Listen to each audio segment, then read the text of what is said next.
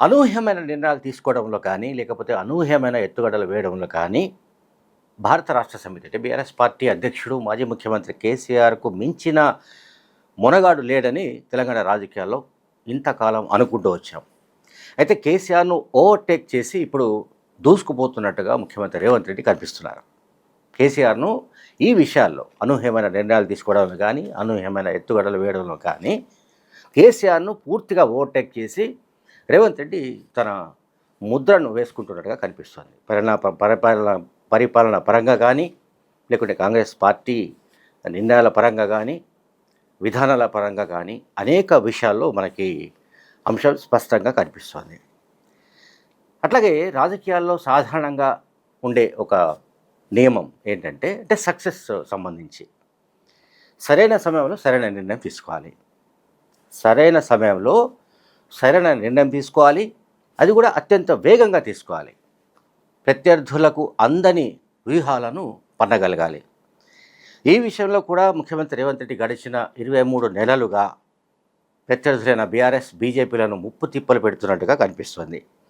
ఆ రెండు పార్టీలను కూడా గడగడలాడిస్తున్నట్టుగా కూడా మనం చెప్పుకోవచ్చు. ఇంకా చెప్పాలంటే బీఆర్ఎస్ పార్టీని ప్రధాన ప్రత్యర్థి అయిన బీఆర్ఎస్ పార్టీని పలు అంశాల్లో చావు దెబ్బతీస్తున్న విషయాన్ని కూడా మనం ఇక్కడ మర్చిపోవడానికి లేదు. సో ఈ ఉపోద్ఘాతం అంతా ఎందుకు చెప్తున్నానంటే, జూబ్లీహిల్స్ ఉప ఎన్నిక నవంబర్ 11న జరగబోతోంది. పోలింగ్ జరగబోతుంది. ఈలోగా హఠాత్తుగా క్రికెట్ మాజీ కెప్టెన్ అజారుద్దీన్ను ఆయన మంత్రివర్గంలోకి తీసుకోవాలని నిర్ణయించుకున్నారు ముఖ్యమంత్రి రేవంత్ రెడ్డి. ఇది అనూహ్య నిర్ణయం, ఎవరు ఊహించలేదు అండ్ ఎవరికి కూడా అంతుపట్టలేదు. అంటే రేవంత్ రెడ్డి ఎంత వేగంగా ఆలోచిస్తుంటాడో, లేకుంటే ఎంత వేగంగా నిర్ణయాలు తీసుకుంటాడో అనే దానికి సంబంధించి ఇదొక ఉదాహరణ, ఇదొక సాక్ష్యం. అజహరుద్దీన్ను క్యాబినెట్లోకి తీసుకోవాలన్న నిర్ణయాన్ని మొత్తం ప్రతిపక్షాలు దిగ్భ్రాంతికి గురవుతున్నాయి. ఆ నిర్ణయం పట్ల కాంగ్రెస్ పార్టీలో ఎవరికి అంతు చిక్కలేదు ఒక యాంగిల్, అండ్ ప్రత్యర్థులకైతే దిమ్మెరపోతోంది. అంటే వాళ్ళకు మతి పోతోంది బీఆర్ఎస్ పార్టీకి.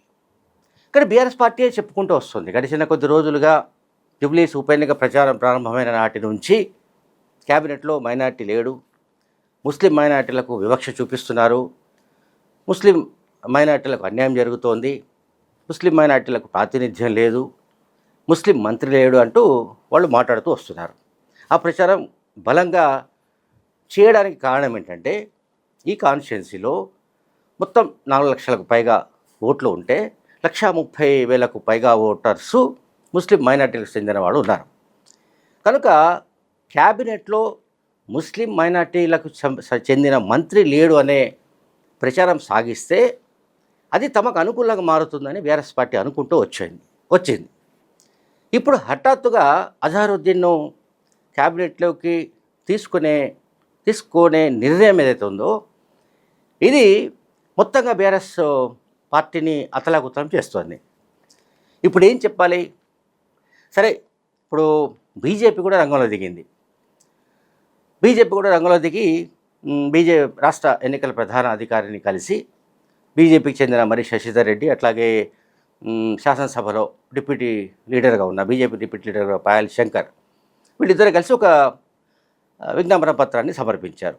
అందులో ఏంటంటే, మోడల్ కోడ్ ఆఫ్ కండక్ట్ అమల్లో ఉన్న కారణంగా ఒక సెక్షన్ ఓటర్లను ప్రభావితం చేసే విధమైన ఈ నిర్ణయం, ఏ నిర్ణయం అధికారికంగా ప్రకటించలేదు. చూడండి, కాంగ్రెస్ కూడా, ముఖ్యమంత్రి రేవంత్ రెడ్డి కూడా చాలా జాగ్రత్తగా వ్యవహరిస్తున్నట్టు మనకి ఇక్కడ కనిపిస్తోంది. అంటే ఒకవేళ ముస్లిం మైనార్టీని క్యాబినెట్లోకి తీసుకునే నిర్ణయం కనుక ప్రచారంలోకి వస్తే దానిపైన ప్రత్యర్థుల ఎత్తుగడలు ఎట్లా ఉంటాయి, వాళ్ళు ఏ రకంగా స్పందిస్తారు? ఇప్పుడు బీజేపీ ఆల్రెడీ ఎలక్షన్ కమిషన్ దగ్గరికి వెళ్ళింది, బీఆర్ఎస్ కూడా వెళ్ళే అవకాశాలు లేకపోలేదు. ఇది అల్టిమేట్గా మళ్ళీ ముస్లిం మైనార్టీలలో చూసారా, ముస్లిం మైనార్టీకి ఒక మంత్రి పదవి ఇవ్వడానికి మేము ప్రయత్నిస్తే ఈ రెండు పార్టీలు ముస్లిం మైనార్టీల ద్రోహులు అని కాంగ్రెస్ పార్టీ వాళ్ళ మీద విరుచుకుపడడానికి అవకాశం ఉంది. రాజ్భవన్కు అధికారికంగా అజహరుద్దీన్ ప్రమాణ స్వీకారానికి సంబంధించిన సమాచారం అందక ముందే ఈ బీజేపీ వాళ్ళు అత్యుత్సాహంతో వెళ్ళి ఎన్నికల కమిషన్కు ఫిర్యాదు చేశారు. ఆ ఫిర్యాదులో ఉన్న కంటెంట్ ఏంటంటే, మేము పత్రికల్లో చదివాము, టీవీ న్యూస్ ఛానళ్లలో చూసాము, అజరుద్దీన్కి ఒక మంత్రి పదవి ఇస్తున్నట్టు అందులో చూసాము, చదివాము. కనుక ఈ జూబ్లీహిల్స్ ఉప ఎన్నిక దాకా ఆయనను మంత్రివర్గంలోకి తీసుకోకుండా వాయిదా వేయండి. చూడండి, అజరుద్దీన్ని క్యాబినెట్లోకి తీసుకున్నంత మాత్రాన మైనార్టీ ఓట్లన్నీ గంపగుత్తగా ఇవి కాంగ్రెస్కు పడతాయని నేను అనుకోవడం లేదు, అట్లాగే ఎవరు అనుకోవడం లేదు. ఎందుకంటే ముస్లిం మైనార్టీ ఓటర్లలో ఎవరికి వేయాలి, ఎవరికి వేయకూడదు అనే దానికి సంబంధించి అక్కడ పోటీ చేస్తున్న పార్టీలు, ఆ పార్టీల తరపున పోటీ చేస్తున్న అభ్యర్థులు, వాళ్ళ బలాబలాలు, అట్లాగే రాజకీయ సమీకరణలు, లేకపోతే కులాల వారీగా ఉన్న ఆమోదం, ఇవన్నీ కూడా పనిచేస్తాయి. అట్లాగే గడిచిన అంటే దాదాపు 2 ఏళ్లుగా రేవంత్ రెడ్డి ఆధ్వర్యంలో జరుగుతున్న సంక్షేమ కార్యక్రమాలు, అవి రేషన్ కార్డ్స్ కావచ్చు, లేకుంటే మన డబుల్ బెడ్రూమ్స్కి సంబంధించిన వ్యవహారం కావచ్చు, సన్నబియ్యం కావచ్చు, ఇటువంటి అన్నీ కూడా పాజిటివ్ అంశాలు కాంగ్రెస్కు ఉన్నాయి. సో బీఆర్ఎస్ బీజేపీకి పాజిటివ్ అంశాలు లేకపోగా వాళ్ళు ఏంటంటే ఏదో ఒక పాయింట్ని పట్టుకుని వాళ్ళు కాంగ్రెస్ పార్టీని కార్నర్ చేయడానికి, రేవంత్ రెడ్డిని కార్నర్ చేయడానికి వాళ్ళు ప్రయత్నిస్తున్నారు. సో ఇప్పుడు ఇక్కడ అజరుద్దీన్ను క్యాబినెట్లోకి తీసుకోవాల్సి వస్తే, తీసుకునేటట్లయితే వీళ్ళ బండారం బయటపడుతుందని ముఖ్యమంత్రి రేవంత్ రెడ్డి ఊహించినట్టుగా నాకు అనిపిస్తుంది.